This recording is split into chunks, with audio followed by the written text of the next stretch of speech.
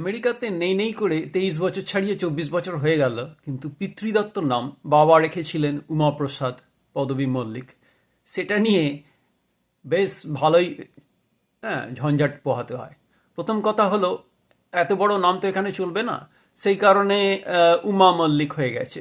কখনো কখনো আবার ক্রেডিট কার্ডে সেটা হয়ে যায় উমা পি মল্লিক। প্রসাদটা হয়ে যায় মিডল নেম। লোককে বোঝানো খুব মুশকিল, আমার অ্যাকচুয়াল নাম উমা প্রসাদ।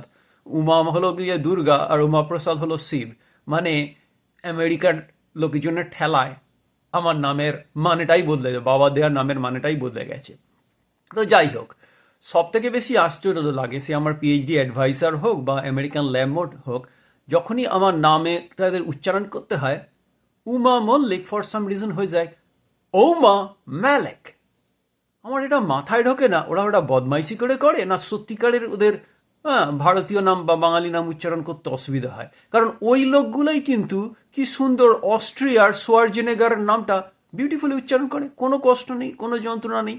তো আমার মাঝে মাঝে মনে হয় যে মানে ওরা চেষ্টা করে না, নাকি ইচ্ছে করেই আমার নামটা ঔমা ম্যালিক করে দিয়েছে। সো যাই হোক, আমার এখন উমা মল্লিক, উমা প্রসাদ মল্লিক, উমা পি মল্লিক, অনেকগুলো নাম নিয়ে ভুগি।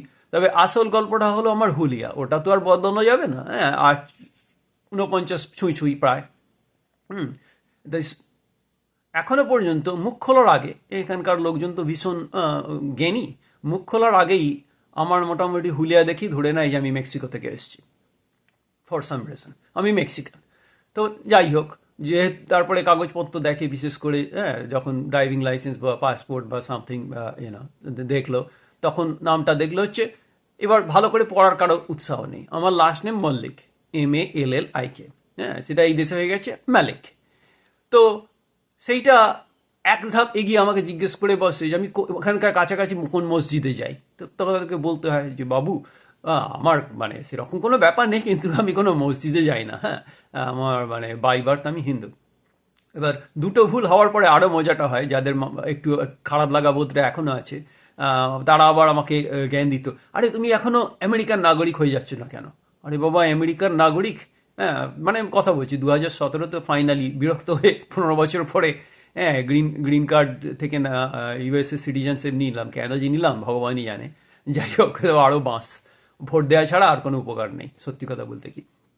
তো যাই হোক, আর ভোট তো এক ভোট কাজে লাগে, এক ভোট লাগে না। কোনটা কাজে লেগেছে কোনটা লাগেনি আপনারাই বুঝে নিন লাস্ট দুটো ইলেকশনের। তো যাই হোক, সে এমন একটা ভাব দেখায় যেন যেই দিন আমি আমেরিকা হয়ে যাবো আর কি, ভারতীয় নাগরিকতা ছেড়ে যেই দিন আমি আমেরিকান হয়ে যাবো, সাডেনলি আমার হুলিয়াটা বদলে যাবে, সাডেনলি আমার গায়ের রং চেঞ্জ যাবে। আরে বাবা, গল্পটা একরকম নয়, এই জিনিস বদলাবার নয়, এই জিনিস যেমন আছে সেরকমই থাকবে। হ্যাঁ, আর হ্যাঁ, পয়সা খরচ করলে হয়তো এদিক ওদিক করা যায়। হ্যাঁ, আমার তো ঘটনা হচ্ছে, আমার তো পয়সা নেই, আমার সরস্বতী আছে, অনেক ডিগ্রি ফিগ্রি আছে, কিন্তু লক্ষ্মীর ভাড়া দিনের শেষে তো শূন্য, বাবা ভীষণ বাড়ন্ত। তো আমার ওই পয়সা করি নেই, আর পয়সা করি থাকলেই যে প্রজেক্টটা সফল হবে তা তো নয়। দিনের শেষে বাবা আজ যাই করুক, মাইকেল জ্যাকসন হতে পারবো না। তাই ওমা মালিক, মেক্সিকান বলুন, মুসলমান বলুন, এই নিয়েই আমেরিকাতে চালিয়ে দিচ্ছি।